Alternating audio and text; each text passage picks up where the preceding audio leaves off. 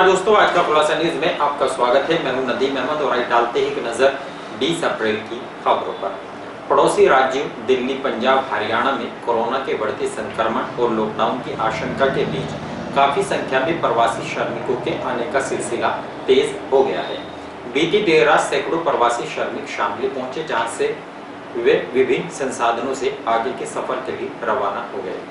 मार्च के मध्य में कोरोना संक्रमण में एक बार फिर आई जबरदस्त तेजी से दिल्ली, राजस्थान समेत देश के कुछ राज्यों में लॉकडाउन या तो लग गया है या लगने वाला है, ऐसे हालात पैदा हो गए हैं।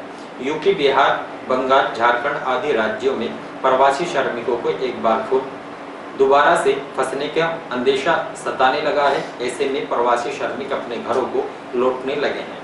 हरियाणा, पंजाब, हिमाचल, जम्मू कश्मीर आदि राज्यों में फसल कटाई और अन्य कार्यों के लिए गए बड़ी संख्या में श्रमिक गृह वापसी कर रहे हैं। बीती देर रात इन्हीं राज्यों में सैकड़ों श्रमिक स्थानीय रोडवेज बस स्टैंड पर पहुंचे। अचानक इतनी बड़ी भीड़ के आने से अड्डे पर मेला सा लग गया।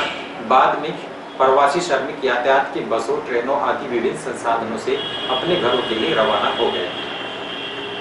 जिला पंचायत वार्ड 19 के रालोद समर्पित प्रत्याशी उमेश कुमार ने क्षेत्र के कई गांवों में दौरा कर कहा कि भाजपा सरकार में पीड़ित किसानों का रालोद पार्टी में स्वागत है।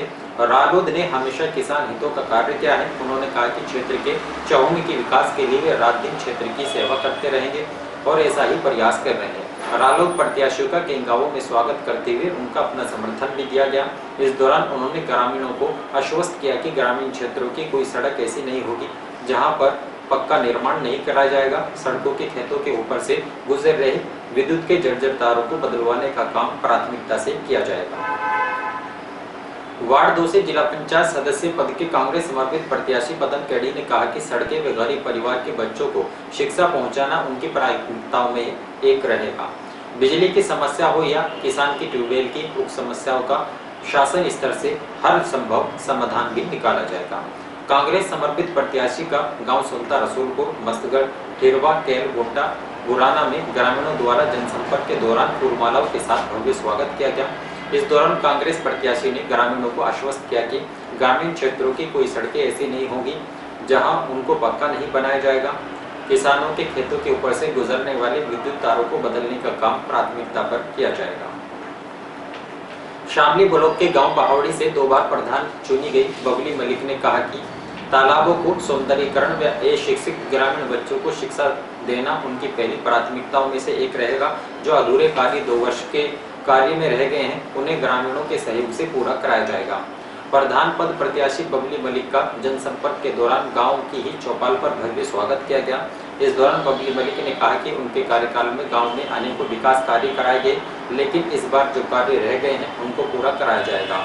उन्होंने कहा कि विकास कार्यों में किसी भी प्रकार की राजनीति को आड़े नहीं आने दिया जाएगा। सरकार व प्रशासन के सहयोग से जो कार्य गांव में अधूरे रह गए हैं उनको पूरा कराने का प्रयास किया जाएगा।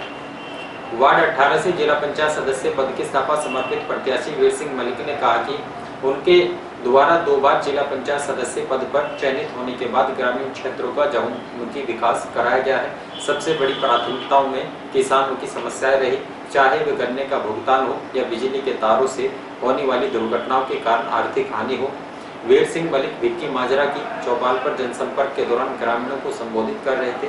उन्होंने कहा कि गांव ऐसा नहीं रहा जिसमें सीसी सड़कें, हैंडपंप, नालियों का निर्माण न कराया गया हो। बिजली के जर्जर तार बदलवाए गए हैं। हर काम को कर कर दिखाया गया है। वैसे तो क्षेत्र में सरकारी स्कूलों के साथ साथ कई प्राइवेट संस्थाएं भी कार्य करती हैं, लेकिन उनका प्रयास रहेगा कि क्षेत्र में कन्या डिग्री कॉलेज का निर्माण भी कराया जाएगा। थाना भवन क्षेत्र के अंतर्गत कस्बा जलालाबाद देहात माजरा इरशादपुर प्रधान पद के प्रत्याशी द्वारा समर्थकों के साथ वोटरों को लुभाने के लिए रास्ते पर लाइट लगाकर एलईडी बरामद कर ली गई है। पुलिस ने आचार संहिता का उल्लंघन पाए जाने पर मुकदमा दर्ज कर आगे की कार्रवाई भी शुरू कर दी है। आगामी त्रिस्तरीय पंचायत चुनाव के मद्देनजर चुनाव प्रचार पर आदर्श आचार संहिता के अंतर्गत मतदाताओं को प्रलोभित करने से रोकने के लिए पुलिस अधीक्षक सुकृति माधव द्वारा लगातार कार्रवाई करने के निर्देश दिए गए हैं। मंगलवार को थाना भवन पुलिस ने कस्बा जलालाबाद देहात के मजरा इरशादपुर के प्रधान पद के प्रत्याशी महबूब पुत्र बाबू निवासी मोहल्ला शाहजीगारापुरा द्वारा वोटरों को लुभाने के लिए एलईडी लाइट रास्तों पर लगाए जाने की सूचना पर तत्काल कार्रवाई करते हुए 2 एलईडी लाइट, 10 स्ट्रीट लाइट पेचकस, प्लास, टेप जब्त किए गए। उपरोक्त एलईडी लाइटों को जब्त करने में पुलिस ने प्रधान पद प्रत्याशी व उनके समर्थकों के विरुद्ध थाना भवन थाने पर सुसंगित धाराओं में मुकदमा दर्ज कर कार्रवाई शुरू कर दी है। किसान नेता ने प्रदेश के मुख्यमंत्री को पत्र भेजकर प्रदेश में गेहूं की बिक्री व उर्वरकों की कमी और कोरोना महामारी में विभिन्न वस्तुओं की कालाबाजारी करने का आरोप लगाते हुए मामले में जांच कराकर कालाबाजारी करने वाले लोगों के खिलाफ कार्रवाई किए जाने की मांग की है। मंगलवार को किसान नेता अनिल मलिक ने प्रदेश के मुख्यमंत्री को पत्र भेजकर कहा कि उत्तर प्रदेश में गेहूं की बिक्री व उर्वरकों की कमी और कोरोना महामारी में विभिन्न वस्तुओं की कालाबाजारी से प्रदेश का आमजन परेशान है। गेहूं क्रय केंद्रों पर भी किसानों को गेहूं बिक्री के लिए रजिस्ट्रेशन की सुविधा मिलनी चाहिए, क्योंकि जन सुविधा केंद्रों पर किसान से 100 रुपये का चार्ज लिया जाता है और जब किसान खरीद केंद्र पर जाता है तो उक्त रजिस्ट्रेशन में कमी बताकर किसान को परेशान किया जाता है। प्रदेश में डीएपी उर्वरक की उपलब्धता की जाए। गन्ना बुआई का समय चल रहा है। बुआई के समय डीएपी उर्वरक की अति आवश्यकता होती है, लेकिन मार्केट में वे सरकारी बिक्री केंद्रों पर डीएपी किसानों को नहीं मिल रही है। प्रदेश में इस वर्ष का गन्ना भुगतान लगभग पूरे सीजन का बकाया है, जिसे गन्ना एक्ट के अनुसार ब्याज सहित किसानों को दिलाया जाए ताकि किसान बिजली के बिलों पर पेनल्टी छूट का लाभ ले सके। बैंकों को किसान क्रेडिट कार्ड का भी भुगतान मिल सके। कोरोना महामारी के चलते प्रदेश के कुछ व्यापारियों ने अनावश्यक रूप से सामान की जमाखोरी कर अधिकतम रेट से दोगुना रेट पर बेचा है। छापेमारी अभियान चलाकर ऐसे कालाबाजार व्यापारियों के खिलाफ कार्रवाई की जाए। शारदीय नवरात्र के 8वें दिन दुर्गा अष्टमी मनाई गई। इस दौरान कोरोना संक्रमण को देखते हुए शहर के सब्जी मंडी स्थित अट्ठे वाले मंदिर में भीड़भाड़ एकत्रित नहीं होने दी गई। श्रद्धालुओं ने घरों में ही रहकर पूजा अर्चना की और माता रानी को हलवा पूरी का प्रसाद चढ़ाकर परिवार की सुख समृद्धि की कामना की। कोरोना के नए केस मिलने से पिछले कुछ दिनों में तेजी आई है, जिस कारण संक्रमण का खतरा और भी अधिक बढ़ जाता है। मंगलवार को शारदीय नवरात्र के 8वें दिन दुर्गा अष्टमी मनाई गई। कोरोना संक्रमण के चलते शहर के सब्जी मंडी स्थित अट्ठे वाले मंदिर में भीड़भाड़ को इकट्ठा नहीं होने दिया गया। एक समय में मात्र 5 लोगों को जाने की अनुमति थी, लेकिन मंदिर प्रबंध कमेटी के लोगों द्वारा कोरोना की भयावहता को देखते हुए कपाट को बंद रखा गया। केवल कुछ लोगों को ही जाने दिया गया। बाकी श्रद्धालुओं ने मंदिर गेट पर ही पूजा अर्चना की।